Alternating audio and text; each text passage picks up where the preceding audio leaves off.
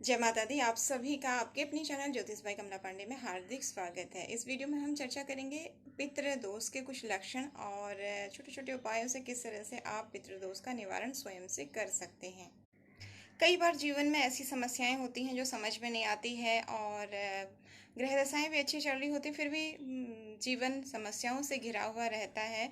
कोई भी कार्य आप प्रारंभ करते हैं तो पूर्ण नहीं होता है और हर तरफ से आपको नाना प्रकार की समस्याओं का सामना करना पड़ता है। अगर कुंडली में पितृ दोष है तो उसमें भी ऐसी स्थितियां होती हैं। विवाह नहीं होगा, विवाह होगा तो संतान नहीं होगी, अगर हो गया तो उसके बाद समस्याएं लगी रहती हैं, ऋण से मुक्ति नहीं मिलती है। ऐसे आप अगर कुंडली कुंडली में देखते हैं तो आपके योगों से पता लगता है, लेकिन योग हर कोई नहीं देख सकता। तो आप साधारणतः लक्षणों से देख सकते हैं। घर में जैसे ही आप भोजन करने बैठते हैं तो झगड़ा होने लगता है, संध्या समय होता है तो झगड़े होने लगते हैं, कोई शुभ काम करने जा रहे हैं तो घर के सदस्यों में आपस में ही लड़ाई झगड़े होने लगते हैं, मनमुटाव होने लगते हैं, रोग कुछ समझ में नहीं आते हैं। तो ये ऐसे कुछ अजीब से लक्षण हैं, समस्याएं हैं जो बताती हैं कि आप पितृ ऋण से ग्रसित हैं, जिसके कारण ये समस्याएं हो रही हैं।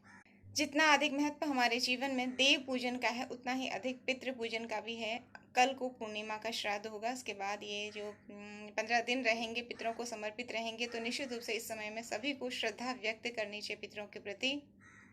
अगर आप विधि विधान से श्राद्ध करते हैं तो अति उत्तम बात है। जिस भी पितर का, किसके दादा दादी माता पिता जो भी नहीं रहे हैं संसार में, उनकी जो मृत्यु की तिथि है उसी तिथि में उनका श्राद्ध होना चाहिए। तो इससे आपको विशेष शुभ फल और उनका आशीर्वाद मिलता है। लेकिन अगर आप श्राद्ध नहीं करते हैं या तिथि ज्ञात नहीं है, कुछ ऐसे कारण है कि आप श्राद्ध नहीं कर रहे, वैसे तो करना ही चाहिए, घर में एक सदस्य को श्राद्ध जरूर करना चाहिए पितरों का, तो आपके लिए ये समय बहुत ही अच्छा है। इस समय में आप कुछ छोटी छोटी सावधानियां रख करके, कुछ छोटे छोटे कार्य करके अपने पितरों का आशीर्वाद पा सकते हैं।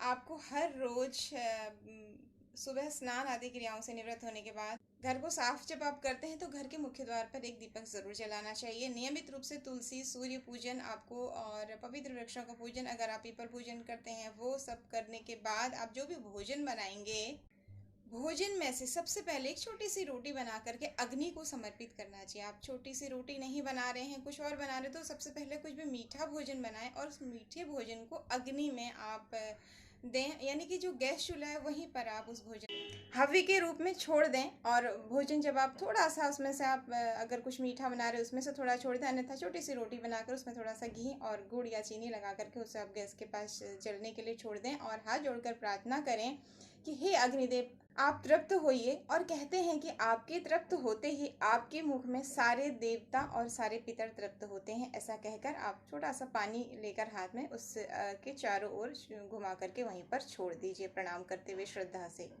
उसके बाद जो आप पहली रोटी बनाएंगे, नॉर्मल साइज की जैसे आपकी रोटियां बनती है वैसी रोटी आप बनाएंगे, छोटी नहीं बनाएंगे, और उसे फिर आप गौ माता को दे देंगे। अगर आसपास है आप खुद से जा करके दे दें, अन्यथा आप किसी न किसी तरह से गौ माता तक पहुंचा दें। उसके बाद की जो रोटी बन वो कौवे की होगी। फिर आप पूरा भोजन बनाने के बाद अंतिम जो रोटी होगी वो आपको कुत्ते को देनी होगी। इस तरह से अगर आप ग्रास निकालते हैं अपनी रसोई से, यकीन मानिए आपके ग्रह दोष शांत होते हैं और पितृदोष भी शांत होता है।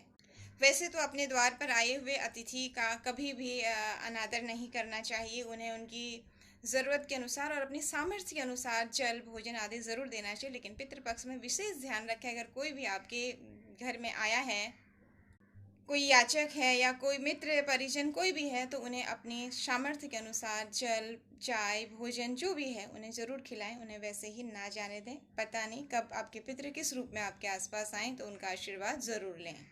ये जो आपको हमने अग्नि वाला बताया है, इसे आप ज़रूर करें। अग्नि में जब आप पहली रोटी, ये हमेशा ही अगर आप कर सकते हैं तो अति उत्तम। ये कई लोगों को हमने बताया जिनके यहाँ पितृदोष के कारण बहुत समस्या थी, और उसमें से भी एक बड़ी समस्या होती है कि घर के पुरुष मानते नहीं हैं, ऐसा कुछ करना नहीं चाहते हैं। क्योंकि एक्चुअली अगर जल अर्पित करवाना है तो पुरुषों के द्वारा करवाना चाहिए। अगर पुरुष हर रोज दक्षिण मुंह करके एक लोटा जल अर्पित करते हैं पितरों के नाम से, तो इससे विशेष कृपा प्राप्त होती है। जो भी घर के मुखिया हैं पुरुष, वो सुबह स्नान आदि क्रियाओं से निवृत्त होकर के नित्य कर्म करके दक्षिण मुंह करके खड़े हो जाएं। एक चांदी का पात्र हो जाए तो अति उत्तम लोटा आपके पास, अन्यथा जो भी आपके पास बर्तन है पूजा का, उस बर्तन में शुद्ध जल भर के उसमें गंगा जल के कुछ बूंदें डालें और ऐसा कहें कि हे सभी पितरों, इस जल से आप तृप्त होइए, तृप्त होकर के उत्तम लोकों में जाइए और प्रार्थना उनसे करिए, अपनी गलतियों के लिए क्षमा याचना करिए। निश्चित रूप से पितृ प्रसन्न होते हैं। ये रोज ना कर सके तो पितृपक्ष में जरूर करें।